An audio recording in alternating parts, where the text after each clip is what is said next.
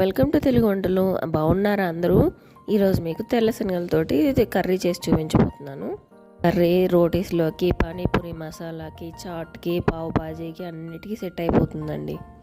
ఇంకా చెప్పాలంటే all in one curry. నేనైతే ముందుగా శనగలను తీసుకొని ఒక 5 hours పాటు నానబెట్టి మెత్తగా ఒక 2 whistles పాటు ఉడికించుకున్నాను. తర్వాత బటరు, ఆయిల్ తీసుకొని అందులో గరం మసాలా, పచ్చిమిర్చి, ఆనియన్ పేస్ట్ అన్నీ వేసి బాగా వేగనిచ్చి, తర్వాత అందులో టమాటా పేస్ట్ బాగా వేగనివ్వాలి. వేగనిచ్చిన తర్వాత ఉప్పు, పసుపు బాగా వేగనివ్వాలి. తర్వాత శనగల్ని కొంచెం మ్యాష్ చేసుకున్నారంటే గ్రేవీ కన్సిస్టెన్సీ వస్తుంది బాగా. తర్వాత అందులోకి అల్లం తెల్లగడ్డ పేస్ట్ పచ్చివాసన పోయి బాగా వాటర్ కన్సిస్టెన్సీ వెళ్ళేదాకా బాగా వేగనిచ్చుకోవాలి. తర్వాత అందులోకి నేను శనగలు కొంచెం వాటర్ వేసి, కొంచెం కొత్తిమీర, కొంచెం కారం వేసి బాగా 5 minutes పాటు ఉడికించుకున్నారంటే అంతే, all in one curry ready మనకి.